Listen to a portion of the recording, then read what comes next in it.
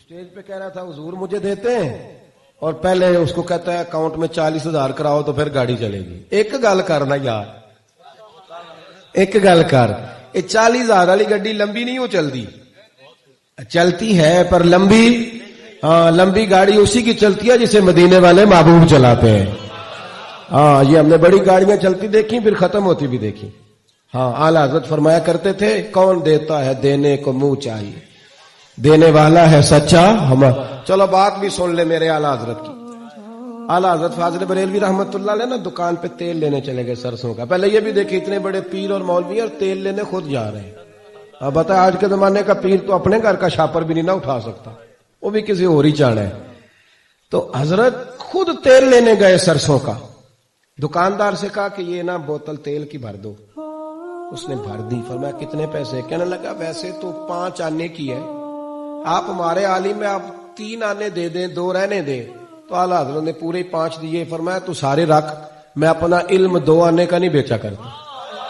تو نے ریٹ کیا لگایا میرا 2 آنے. کرو مد ہے اہل دول رضا, پڑے اس بلا میں میری بلا, میں گدا ہوں اپنے کریم کا, میرا دین پارا نہ نہیں. تھوڑا تھوڑا کھڑا ہونا سیکھیں. اللہ تو بندے کو ہر وقت عطا کرتا ہے, تھوڑا معیار زندگی بنائیں. یہ کیا بات؟ حضرت حکیم بن نظام کہتے ہیں نبی کریم علیہ السلام نے فرمایا وعدہ کر کسی دنیا دار سے سوال نہیں کرے گا. حضور وعدہ ہو گیا, بوڑھے ہو گئے تھے. اچھا ایک ہے اللہ والوں سے مانگنا, وہ جو اللہ والوں سے مانگنا ہے وہ تو یعنی اللہ کی مدد ہے نا. میں سیٹھوں کی نوابوں کی دنیا داروں کی بات کر رہا ہوں. فرمانے لگے گھوڑے پہ بیٹھے تھے تو ہاتھ میں نا انہوں نے درہ پکڑا ہوا تھا, تو وہ درہ زمین پہ گر گیا. قریب ہی آپ کا غلام بھی کھڑا تھا. بوڑھے ہو گئے حضرت حکیم بن نظام, 80 سال کے قریب عمر مبارک تھی. بڑی مشکل سے گھوڑے سے اترے, درہ اٹھایا, دوبارہ بیٹھنے لگے تو گھوڑے پہ بیٹھا نہیں جاتا. بڑی مشکل سے گھوڑے پہ بیٹھے تو غلام کہنے لگے حضور اتنے سے کام کے لیے نیچے اترے, مجھے بتا دیتے. فرمانے لگے کیسے بتا دیتا؟ نبی پاک سے وعدہ کیا ہے کہ جو میں خود کر سکوں گا اس کے لیے کسی دنیا دار سے سوال ہے تو کیسے کرتا. تھوڑی سی تکلیف ضرور ہوئی ہے پر کلیجہ میرا ٹھنڈا ہے اس لیے کہ رسول پاک سے وعدہ کیا ہوا ہے. جو اللہ نے آپ کو دیا نا اس پہ مطمئن رہنا سیکھیں. اور ویسے بھی یہ جو نفس کا پیالہ یہ نہیں بھرا کرتا. اور آپ دیکھ لیں جو سب سے زیادہ مالدار آدمی ہے وہ سب سے زیادہ بھوکا نظر آئے, وہ سب سے زیادہ پریشان ہوگا. وہ کہے گا ایوے کہ نا انہیں سامنے پہلی کسی اور دی ہے, کدی میری ہوندی نہ بھی. بڑا ٹینشن دیتی ہے اس کو. پہلے کہتا تھا چھوٹی سی گاڑی مل جائے تو گزارا چلے, اب چھوٹی مل گیا تو کہتا ہے ٹائر چھوٹے, چوڑے ٹائروں والی مل جائے نا کبھی تو پھر ذرا کام صحیح چلتا ہے. تو یہ تو چکر ہے. اس میں سے کبھی کوئی آدمی سیر ہوا, خودداری سیکھیں, عزت نفس. بات کو سمیٹتا ہوں. حضرت سالم بن عبداللہ بن عمر, یہ حضرت عمر کے پوتے ہیں, حضرت عبداللہ ابن عمر کے بیٹے ہیں. امام ابو نعیم نے اس کو لکھا ہے اس روایت کو. یہ طواف کر رہے تھے بیت اللہ شریف کا, میں بس بات سمیٹ رہا ہوں. طواف کر رہے تھے تو بیت اللہ کا طواف کرتے کرتے نا خلیفہ عبد الملک بن مروان آ گیا. اس نے بھی سمجھا تھا کہ شاید یہ سارے مولوی وہی ہوتے ہیں کہ جو بس سمجھتے ہیں کہ اب کوئی میل ہی جائے تو کرایہ دے ہی دے. اس نے بھی یہی اس کا خیال ہو گیا. تو آپ طواف کر رہے تھے بیت اللہ شریف کا, تو 7 چکر پورے کر کے نا تو بیت اللہ کے دروازے کے سامنے کھڑے ہوئے تو خلیفہ آ گیا, مکے کا گورنر. آگے کہنے لگا السلام علیکم, میں گورنر ہوں مکے کا. فرمایا اچھا, تو کہنے لگا کوئی حکم ہو تو بتائیے گا, کوئی حکم ہو تو توجہ ہے نا میری بات پر, کوئی حکم ہو تو بتائیے گا. تو حضرت سالم بن عبداللہ فرمانے لگے یار کس نے تجھے گورنر بنایا؟ تو تو بڑا ہی بیوقوف آدمی ہے, پاگل آدمی ہے, تو کس نے گورنر بنا دیا تجھے؟ وہ کہتا ہے پہلی دفعہ ہی کوئی درویش ملا تھا, میرا بھی پسینہ پیروں تک آ گیا. تو بڑا پاگل ہے, کس نے گورنر بنایا؟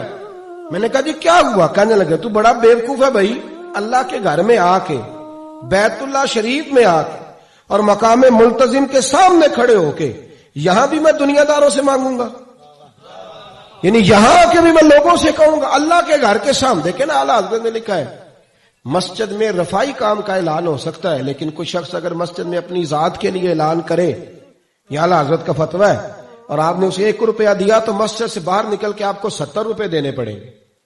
اگر ہاں اس لیے کہ کیوں دیے آپ نے, آپ کو نہیں پتا کہ یہ معاملہ کچھ اور ہے. اللہ کے گھر میں جاؤ تو صرف اللہ سے مانگو, رسول اللہ سے مانگو، اللہ کے بندوں سے، لیکن دنیا داروں سے مسجدوں میں جا کے سوال، میری بات کی سمجھ آ رہی ہے آپ حضرات؟ وہاں جا کے بھی سیٹھوں نوابوں سے مانگو۔ تو حضرت سالم بن عبداللہ کہنے لگے تو بڑا ہی بیوقوف ہے بھائی، یہاں کے بھی تجھ سے مانگوں؟ وہ کہتا میں پریشان ہو گیا، لیکن دنیا کا معیار ہے، دنیا کو ٹھکرا دو تو دنیا پیچھے پیچھے آتی ہے۔ حضرت صاحب کہتے ہیں میں 2 نفل پڑھ کے نا تو باہر نکلا، جس طرح آج لوگ باب عبدالعزیز سے، باب فہد سے باہر نکلتے ہیں، بیٹے بیٹھ جائیں اللہ آپ کو جزا دے، عرض کیا تو ہے۔ تو کہتے میں وہاں سے جب باہر نکلا نا تو وہ پیچھے آ گیا عبد الملک بن مروان، تو انتظار کر رہا تھا، میں اس کے قریب سے پھر گزرا تو کہنے لگا حضور ایک گزارش اور کر لوں؟ تو میں نے کہا کر لو، کوئی رہ گئی ہے تو؟ کہنے لگا حضور اب تو خانہ کعبہ سامنے نہیں، اب تو مسجد الحرام سے باہر آ گئے، اب بھی کوئی حکم بتا دیں۔ تو حضرت سالم بن عبداللہ مسکرائے، فرمانے لگے چل ٹھیک ہے، یہ بتا تجھ سے دین مانگوں کہ دنیا مانگوں؟ جو تو کہتا ہے کر لیتے ہیں۔ کہنے لگا کہ نہیں مہربانی کرے، میرے پاس تو دنیا ہی ہے، دین تو آپ کے پاس ہے۔ تو آپ مسکرا پڑے، فرمانے لگے میں نے تو دنیا اس سے بھی کبھی نہیں مانگی جس نے دنیا بنائی ہے، میں تو اس سے بھی اس کا فضل ہی مانگتا رہتا ہوں۔ تو جب اس سے دنیا کا مال نہیں مانگا تو میری طرح محتاج ہے۔